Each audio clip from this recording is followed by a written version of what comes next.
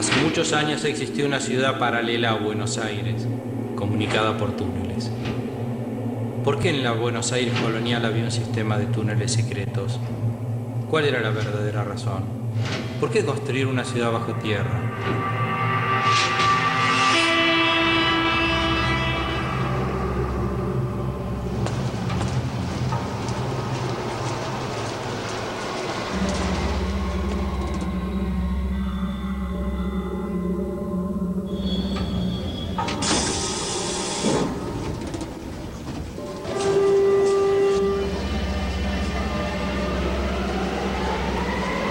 Más de una vez había leído en los diarios y revistas acerca de túneles secretos de Buenos Aires construidos en tiempos de la colonia, y nunca había visto que nadie diera una explicación aceptable. ¡Daniel! ¡Jason! ¿Dónde estoy? ¡Daniel!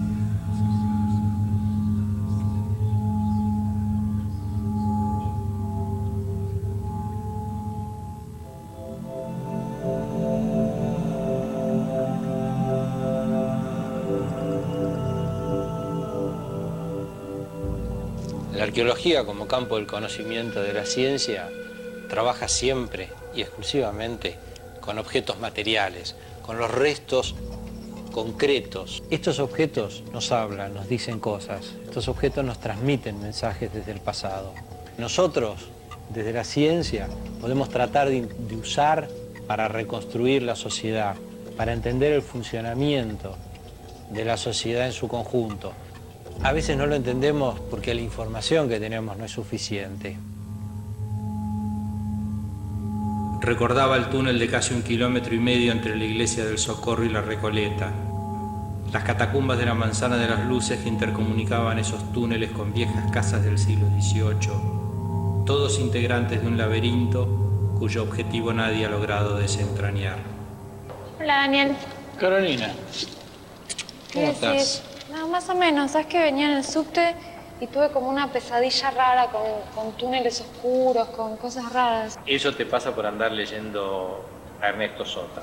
¿Quién es Ernesto Sota?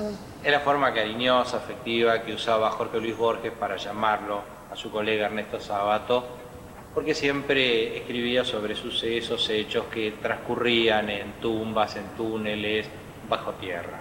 Y contame qué soñaste.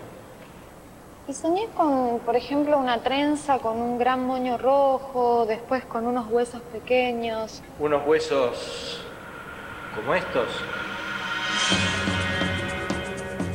¡Daniel!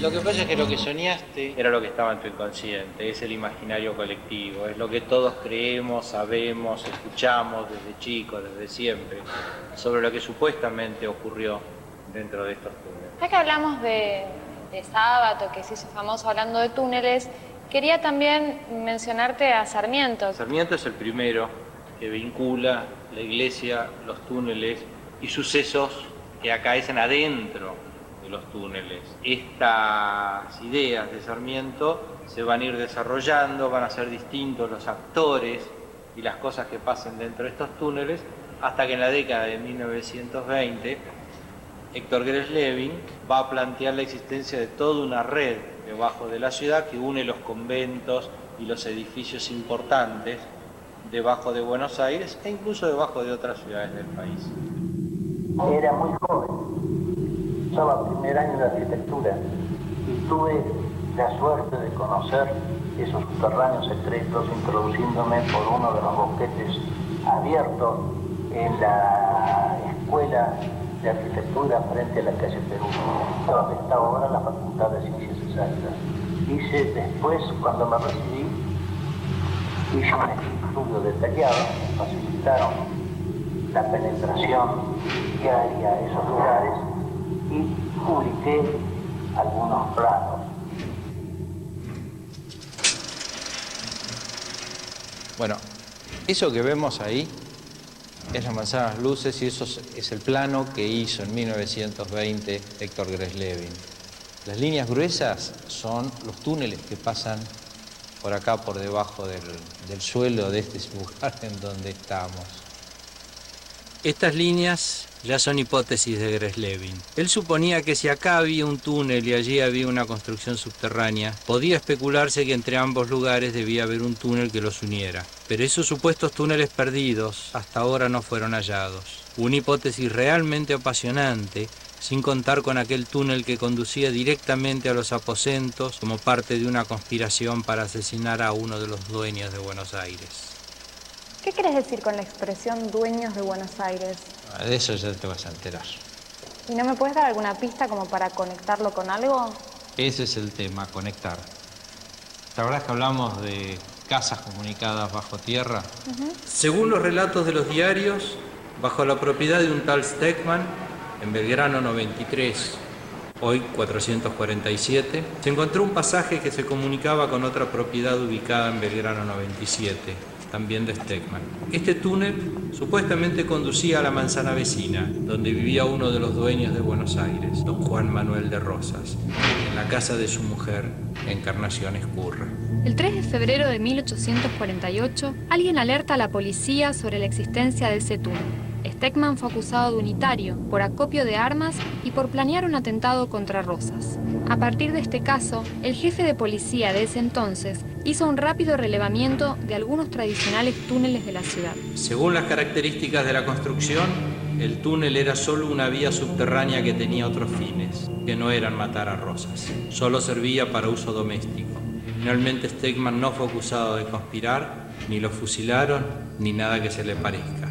Y al poco tiempo fue liberado.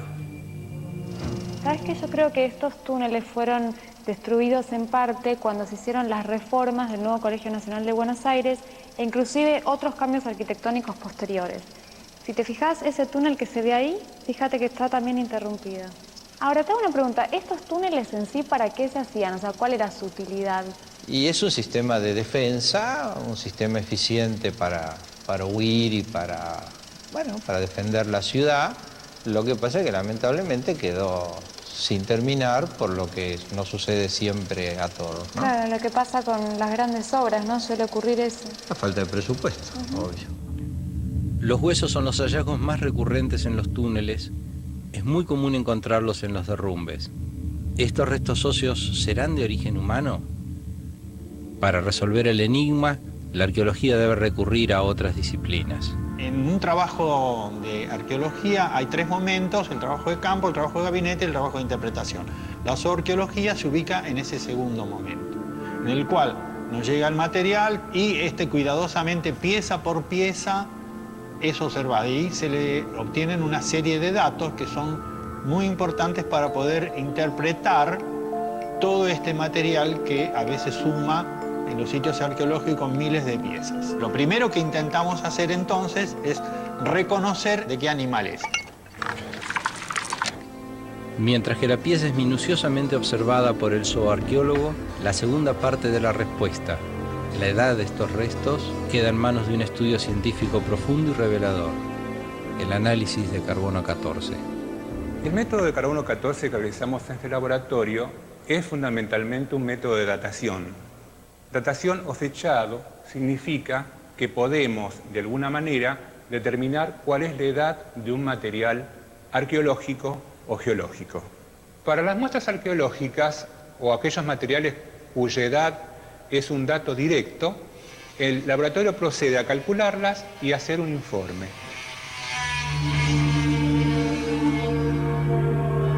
Construido por los jesuitas entre los siglos XVII y XVIII, la Manzana de las Luces es un monumento de perfección arquitectónica.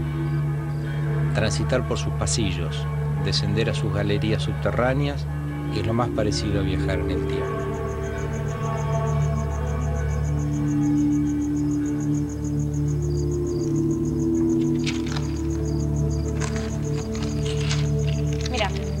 Este plano nos muestra que hace más de 400 años, Garay y los miembros de su expedición trazaron la primera cuadrícula de la ciudad de Buenos Aires. Esta manzana, que hoy es Bolívar, Perú, Alsina y Moreno, quedó muy bien ubicada. Pero pensá que en 1580 esta era una zona prácticamente desconocida para los conquistadores españoles. De hecho, fueron los miembros de la expedición de Garay y ya en el siglo XVII los padres jesuitas los únicos que se animaron a construir y habitar esta región. Hicieron esta enorme construcción de la iglesia de San Ignacio y todas estas imponentes estructuras anexas. Sí, aquí funcionaron no solamente el antiguo colegio de San Ignacio, sino también la Universidad de Buenos Aires y otras instituciones como por ejemplo el Archivo General, el Museo Público, la Biblioteca Pública e inclusive la Junta de Historia y Numismática Americana, que posteriormente fue la Academia Nacional de la Historia, funcionó en esta manzana. De alguna manera, guiados por la luz de las ideas ilustradas y del saber, se formaron grandes talentos de la historia argentina. Bueno, posiblemente por eso sea la Manzana de las Luces. Así es, la iglesia de San Ignacio es una construcción que podríamos decir casi perfecta. Inclusive tenía túneles subterráneos por si había algún ataque enemigo. No solo los clérigos tuvieron una vida subterránea en la Buenos Aires colonial. A partir de 1806 funcionó el cuartel del Regimiento de Patricios. Venganzas, traiciones y fusilamientos que dejarían sus evidencias. En estas historias no solo se hablaba de huesos, sino también de restos de cabello humano como consecuencia del motín de las trenzas producido en 1811. Ese motín ocurre en 1811 porque varios de los militares del Regimiento de Patricios querían como jefes hombres cercanos a Cornelio Saavedra, que había sido históricamente el jefe del regimiento. El problema es que desde comienzos del 11 el jefe era Manuel Belgrano. Bueno, pero qué problemita para Belgrano, ¿no? Sí, imagínate que si bien el motín comenzó con una medida disciplinaria, que fue la amenaza al corte de las trenzas características de los miembros de Patricios, terminó bastante conflictivamente porque se atrincheraron acá en el cuartel, hubo una sublevación y bueno, fue un episodio bastante complicado. Y vos sabés que el tema de las trenzas de los patricios fue un mito popular durante mucho tiempo en donde se creía que se podían encontrar las trenzas acá rastreando los túneles de la ciudad. Sí, pero nunca pudimos encontrar ni un pelo. Pero te hago una pregunta, ¿por qué entonces es tan difícil encontrar un objeto en un túnel? Encontrar un túnel no es encontrar los objetos que están adentro, es encontrarlo al túnel, es ubicarlo, es saber de cuándo es vaciarlo, es analizarlo, es interpretarlo. No es simplemente el objeto que pueda llegar a ver adentro. ¿Por qué será que siempre debajo de la tierra se escuchan más ruidos que en la superficie? Mira, cuando uno está metido en un túnel bajo tierra, oscuro, sucio y húmedo, 100 metros son 1 kilómetro, a uno le da miedo, se asusta, es oscuro, es desagradable. Por suerte, en la década de 1920 el arquitecto Greslevin y el historiador Carbia se reunieron, juntaron coraje, se metieron adentro de estos túneles y bueno, los estudiaron y los mapearon. ¿Greslevin no era el que tenía la teoría de que había una ciudad arriba y otra abajo, como gente viviendo abajo de otra gente? Sí, pero en realidad no era más que una fantasía. Los túneles son bastante más sencillos de lo que él imaginaba.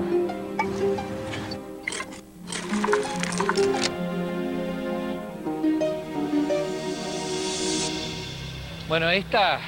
la casa de gobierno, esta era la aduana, el fuerte, el palacio de los gobernadores. Acá estaba toda la riqueza, el poder y obviamente la caja fuerte que iba a traer a los amigos de lo ajeno para tratar de llevárselo todo lo más rápidamente posible. El primer túnel del que tenemos noticias data de 1631, cuando Pedro Cajal y su sirviente Juan Puma realizaron un boquete bajo tierra. El objetivo era robar la caja fuerte del gobierno virreinal. Pensaba que de alguna manera Pedro Cajal y Juan Puma, con el robo que hicieron utilizando los túneles, fueron de alguna manera los primeros boqueteros de la historia, ¿no? Y incluso se hicieron una gran fortuna del día a la noche. Pero no les fue tan bien porque los capturaron, les cortaron la cabeza, que fue exhibida acá en la plaza para escarmiento de ellos y para que todo el pueblo de Buenos Aires se enterara de lo que había sucedido. Así que...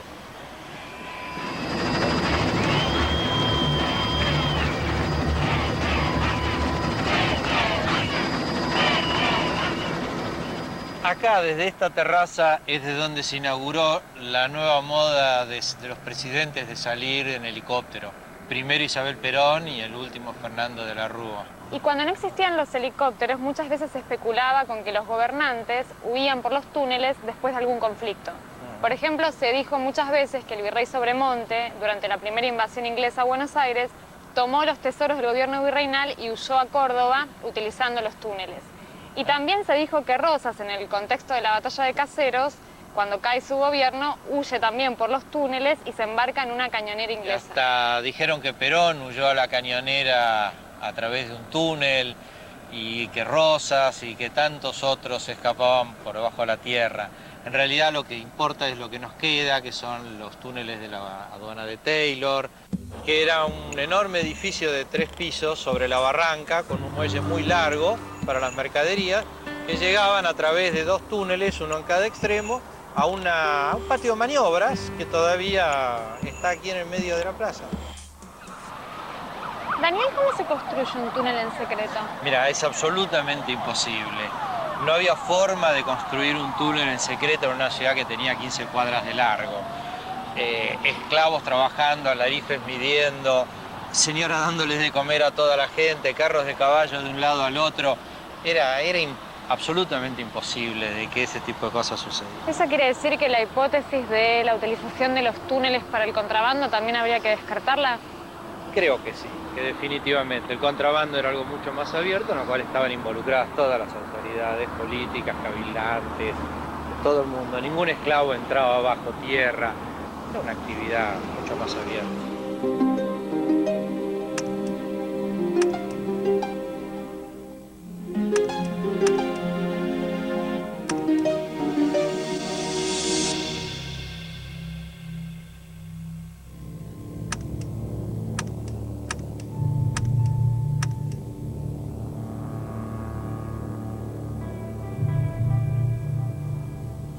Esta fotografía es sensacional. Carolina, vení por favor.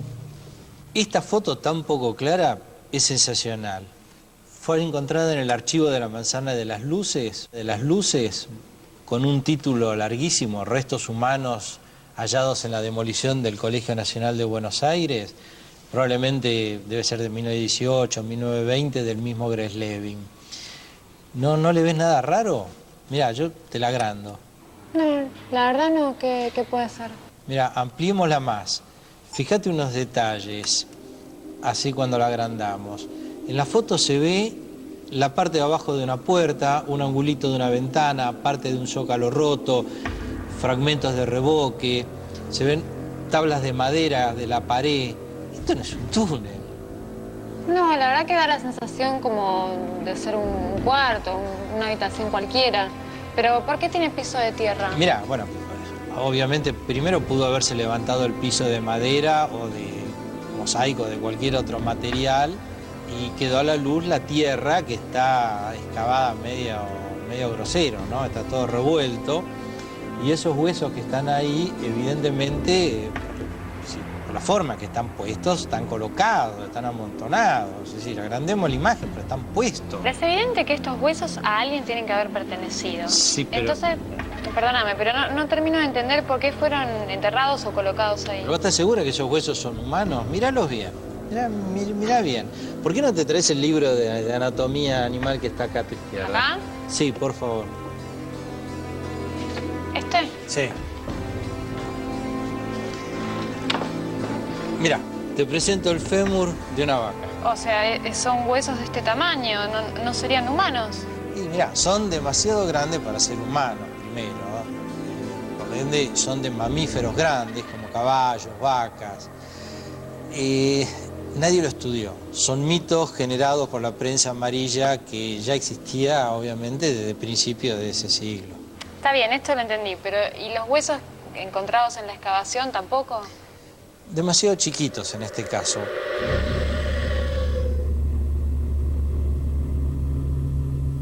En cuanto a hallazgos de huesos en subterráneos, huesos se han hallado, pero casi todos los que yo conozco, por lo menos, son huesos que corresponden a fauna extinta.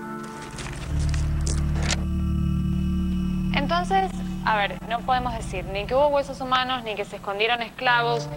Y me queda una pregunta con respecto a estos mitos. ¿Qué opinás vos de la idea de que circulaban caballos por los túneles? ¿Eso también es erróneo? Mira, para mí esto no tiene ningún sentido, es parte del imaginario colectivo, no circulaban caballos, no tenían ni el tamaño, ya que antiguamente medían la mitad de lo que es hoy, que fueron agrandados hace no muchos años, para que pase el turismo. Realmente está relacionado con la defensa de la ciudad, con otro tipo de actividades que no tienen nada que ver con lo que ha hecho el imaginario. Y volví al laboratorio a buscar los resultados del análisis de carbono 14.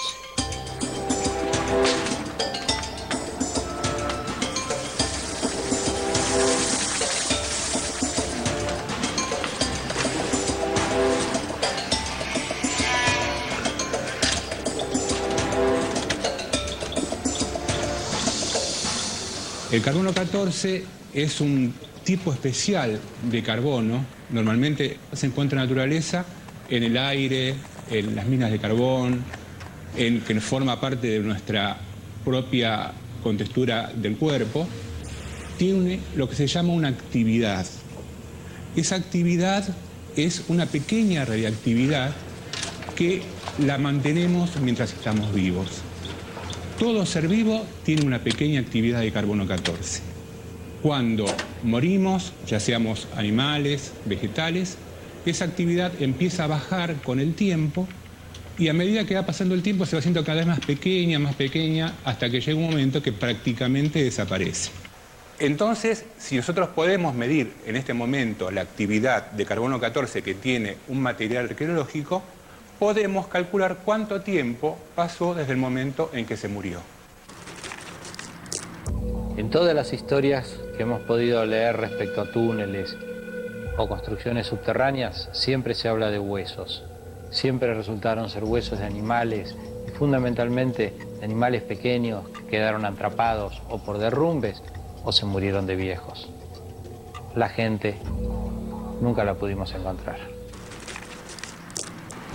Todas las sociedades elaboran mitos y alimentan ciertas creencias, lo cual contribuye a explicar que durante mucho tiempo se haya especulado con que en los túneles de Buenos Aires se escondía a los reos, o había calabozos, o se practicaban torturas, inclusive un detalle tan pequeño como que se habían encontrado las trenzas de los patricios. Bueno, incluso se ha hablado siempre de que esos túneles se usaron para que funcionarios escaparan con los tesoros del pueblo.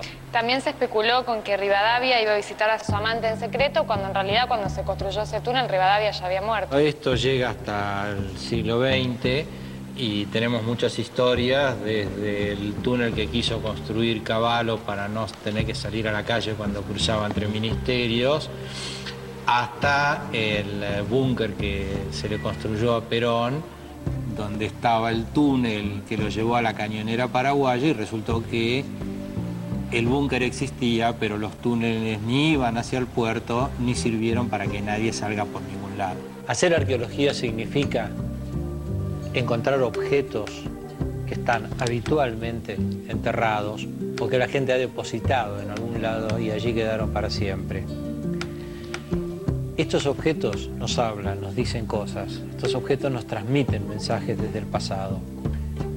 ¿Qué sucede? Muchas veces ese mensaje no podemos leerlo. A veces lo entendemos y a veces no lo entendemos. Y esto es lo que nos pasa con los túneles, estas construcciones subterráneas que tenemos bajo Buenos Aires, donde alguna vez encontramos los restos de algún gatito, donde lo único que podemos hacer es construir hipótesis sobre para qué se usaron, pensar qué es lo que podría haber sido y tratar de limpiar un poco el campo, es decir, esto sí, esto probablemente no. Y nos vamos reduciendo las probables explicaciones. Quizás dentro de 20 o 50 años alguien se ríe y nos diga, no, la explicación era otra. Lo interesante de esto es que el conocimiento científico puede continuar aunque no tengamos una respuesta exacta. Tratemos de repasar un poco. Acá, a pocos metros, está la Plaza España, donde funcionaba el matadero más importante de Buenos Aires. Precisamente en esta plaza semicircular existió la vieja aduana de Taylor.